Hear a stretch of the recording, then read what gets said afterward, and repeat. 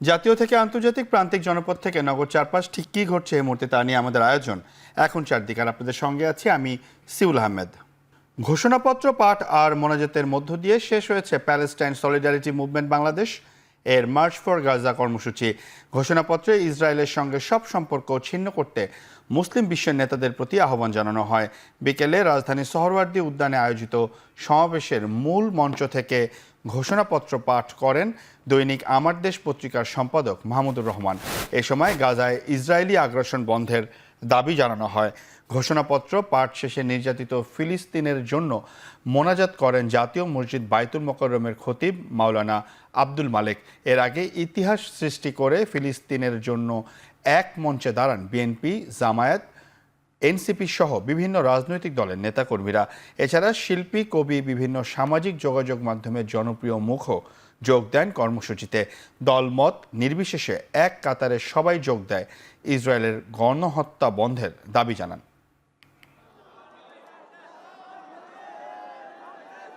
আজকের এই সোহরাওয়ার্দী উদ্যানের এই গণজামায়াতে এই জনতার মহাসমুদ্রে উপস্থিত হয়ে আমরা বুঝতে পেরেছি আজকের এই মহাসমুদ্র জনসমুদ্র ফিলিস্তিনের প্রতি, আল আকসার প্রতি বাংলাদেশের জনগণের ভালোবাসার বহিঃপ্রকাশ।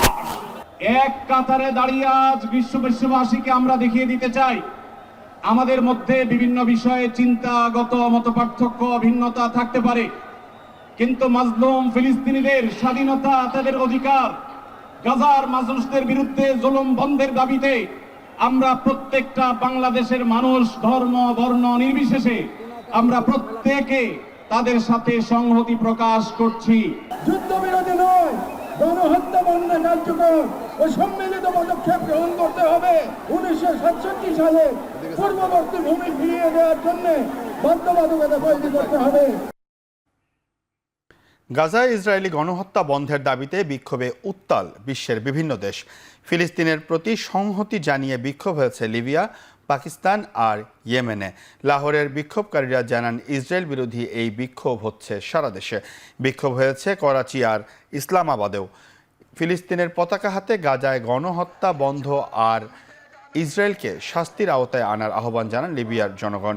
ইসরায়েল বিরোধী বিক্ষোভের মধ্যে ইয়েমেনে যুক্তরাষ্ট্রের অব্যাহত বিমান হামলারও নিন্দা জানায় দেশটির হাজার হাজার বিক্ষোভকারী।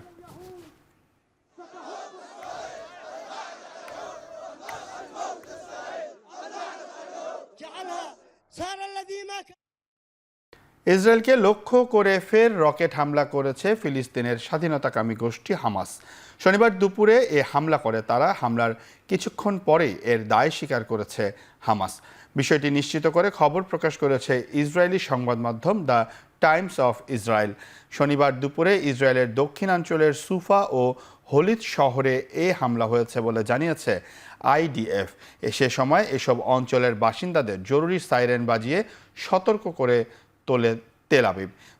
যদিও রকেট 3টি ভূপাতিত করার দাবি ইসরায়েলের বিমান বাহিনীর, হামাসের এ হামলায় কোনো হতাহতের খবর নেই বলে জানিয়েছেন আইডিএফ।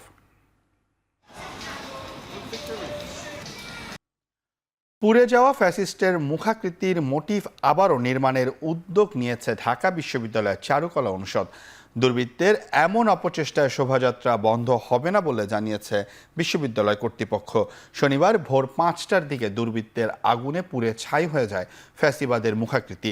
অল্পের জন্য রক্ষা পায় আনন্দ শোভাযাত্রার জন্য তৈরি 36 জুলাইয়ের মোটিফ। পুড়ে গেছে পাখির মোটিফেরও 90 ভাগ। ঘটনার আকস্মিকতায় হতবাক চারুকলার শিক্ষক শিক্ষার্থীরা। দীর্ঘ পরিশ্রমের পর উৎসবের আনন্দে এমন বাগড়ায় ব্যথিত আয়োজকরা।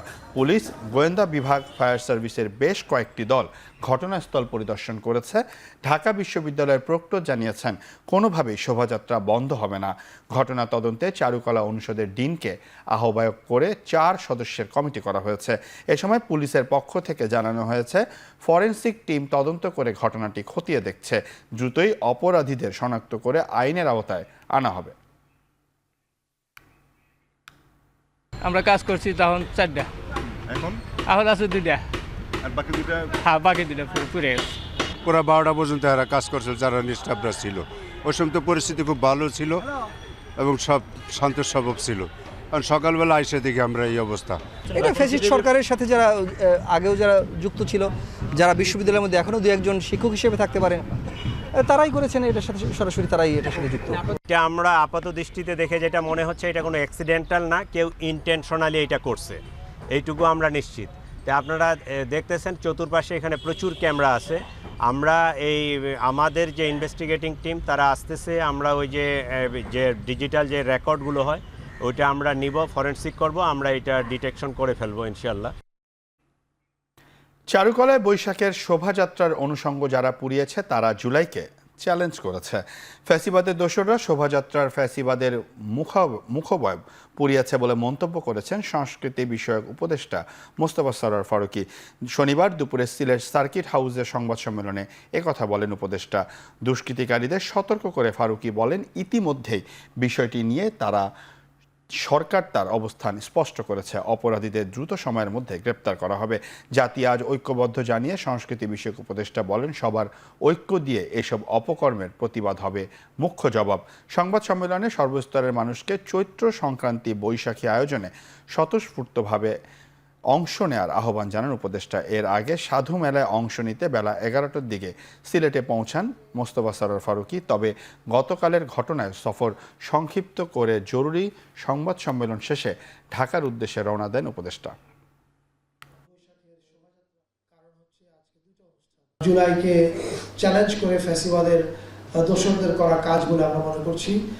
ফ্যাসিবাদের দোসর এই অর্থে বলছি, যারাই চায় না এই ফ্যাসিবাদের মুখাবব র্যালিতে থাকুক, আমরা সবাই আরো বেশি করে বর্ষবরণ শোভাযাত্রায় এবং চৈত্র সংক্রান্তির উৎসবগুলোতে যোগ দিব এবং যোগ দেওয়ার মাধ্যমে আমাদের ঐক্য দিয়েই আমরা তাদেরকে পরাজিত করব।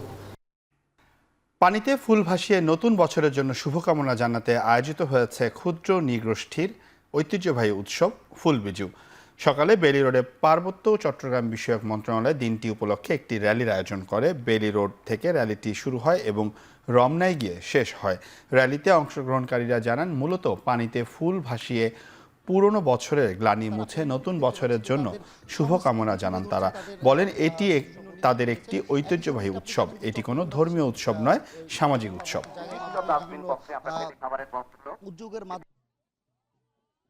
পুরান বছরটা যেভাবে গেছে আগামী বছরটা যেন ভালোভাবে আসে। আদিবাসীরা যারা আসে তারা সবাই মিলে একসাথে আমরা ফুল বাঁচাতে আসি আর কি। শুভ থেকে মুক্ত হয়ে যেন নতুনভাবে নতুন জীবন যেন জীবনযাপন করতে পারি। কালকে হয়েছে বিজু আর পরশু দিন হয়েছে আমাদের নতুন বছর। ফুলটাকে ভাসিয়ে নতুন বছরটাকে আমরা স্বাগতম জানাই।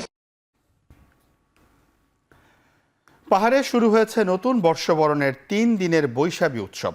পুরনো বছরের দুঃখ, গ্লানি, হতাশা, অমঙ্গল মুছে নতুন বছরের সুখ, শান্তি, কল্যাণ কামনা করা হয় উৎসবের আনুষ্ঠানিকতায়। পার্বত্য চট্টগ্রামে বসবাসরত 14টি পাহাড়ি ক্ষুদ্র নৃগোষ্ঠীর প্রধান সামাজিক উৎসব বৈশাখীতে বিভিন্ন সম্প্রদায়ের শিশু, কিশোর, তরুণ, তরুণী সহ বিভিন্ন বয়সী নারী পুরুষ ঐতিহ্যবাহী পোশাক পরিধান করে ভিড় জমান। সকালে নদীতে ফুল ভাসিয়ে শুরু হয় বৈশাখী উৎসবের অংশ বিজুর আনুষ্ঠানিকতা। বিভিন্ন ভাষাভাষীর মানুষের অংশগ্রহণে এটি পরিণত হয় সার্বজনীন উৎসবে। সকলের মঙ্গল কামনায় কলাপাতায় করে শ্রদ্ধা ভরে গঙ্গা দেবীর পূজা করেন ভক্তরা। পরে দেবীর উদ্দেশ্যে ফুল ভাসিয়ে পুরাতন বছরের গ্লানি ভুলে নতুন বছরের শুভকামনা করেন। 3 পার্বত্য জেলায় ত্রিপুরাদের বৈশু, মারমাদের সাংরাই, চাকমাদের বিজু, তঞ্চঙ্গাদের বিশু বৈশাখী নামে পালিত হয়। 18 এপ্রিল মারমা সম্প্রদায়ের জলকেলির মাধ্যমে শেষ হবে পাহাড়ের বৈশাখী আনুষ্ঠানিকতা।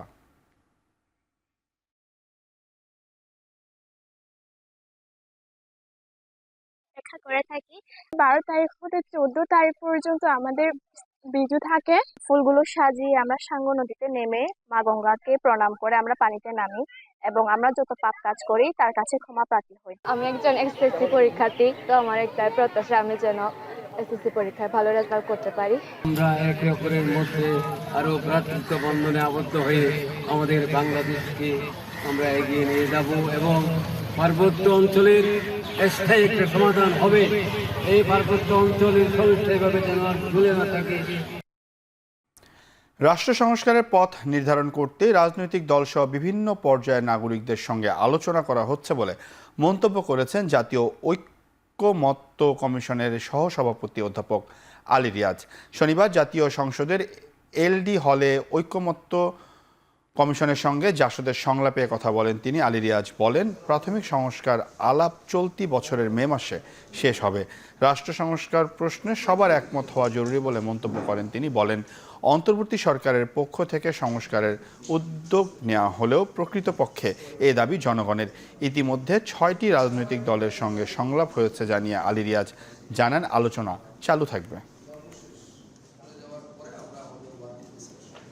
আজকে অন্তর্বর্তী সরকারের পক্ষ থেকে উদ্যোগ নেওয়া হলেও এই দাবি আসলে জনগণের। দীর্ঘদিনের যারা গণতান্ত্রিক সংগ্রামে আছে, যার মধ্যে বাংলাদেশ জাসদের ভূমিকা অগ্রগণ্য, আপনারা সবসময় বলে এসছেন একটি সংস্কার করার জন্য, এবং তারই অংশ হিসেবে আমরা সেই আকাঙ্ক্ষারই প্রতিফলন দেখতে পেয়েছি এই সমস্ত সংস্কার কমিশনের প্রতিবেদনে। ফলে আজকে আপনাদের পক্ষ থেকে যে বক্তব্য, সেগুলির মধ্য দিয়ে আমরা পরস্পরকে বোঝার চেষ্টা করব। এখন আন্তর্জাতিক খবর। ওমানের রাজধানী মাস্কটে যুক্তরাষ্ট্রের প্রতিনিধি দলের সাথে পরমাণু বিষয়ক পরোক্ষ আলোচনা শুরু করেছে ইরানের শীর্ষ কর্মকর্তারা। ইরানের পররাষ্ট্রমন্ত্রীকে বৈঠকের ডিরেক্ট অথরিটি বা পূর্ণাঙ্গ কর্তৃত্ব দিয়েছেন দেশটির সর্বোচ্চ নেতা আয়াতুল্লাহ খামেনি। আল জাজিরার তথ্য বলছে, উচ্চ পর্যায়ের এই বৈঠকে যুক্তরাষ্ট্রকে নেতৃত্ব দিচ্ছেন দেশটির মধ্যপ্রাচ্য বিষয়ক বিশেষ দূত স্টিভ উইটকফ। অন্যদিকে ইরানকে নেতৃত্ব দিচ্ছে পররাষ্ট্রমন্ত্রী আব্বাস আরাঘচি। বৈঠকটি মধ্যস্থতা করবেন ওমানের পররাষ্ট্রমন্ত্রী বদর আল বুসাইদি। তেহরানের দাবি, বৈঠকটিকে মার্কিনদের সদিচ্ছার পরীক্ষা হিসাবে দেখছে পেজেশকিয়ান প্রশাসন। তবে যুক্তরাষ্ট্রকে এখনও বিশ্বাস করতে নারাজ খামেনির মিত্ররা। তাই পরোক্ষ বৈঠকের সিদ্ধান্তে অটল তেহরান। উল্টো দিকে বৈঠকটিকে সরাসরি আলোচনা হিসাবে উল্লেখ করে হোয়াইট হাউস জানিয়েছে, পরমাণু অস্ত্র তৈরি করলে নরকের যন্ত্রণা ভোগ করতে হবে ইরানকে। এদিকে বৈঠকের একদিন আগে তেহরানের রাস্তায় ইসরায়েল বিরোধী বিক্ষোভে অংশ নেন হাজারো মানুষ। এ সময় ইসরায়েলের পাশাপাশি দেখা যায় যুক্তরাষ্ট্র বিরোধী প্ল্যাকার্ড, ব্যানার ও ফেস্টুন।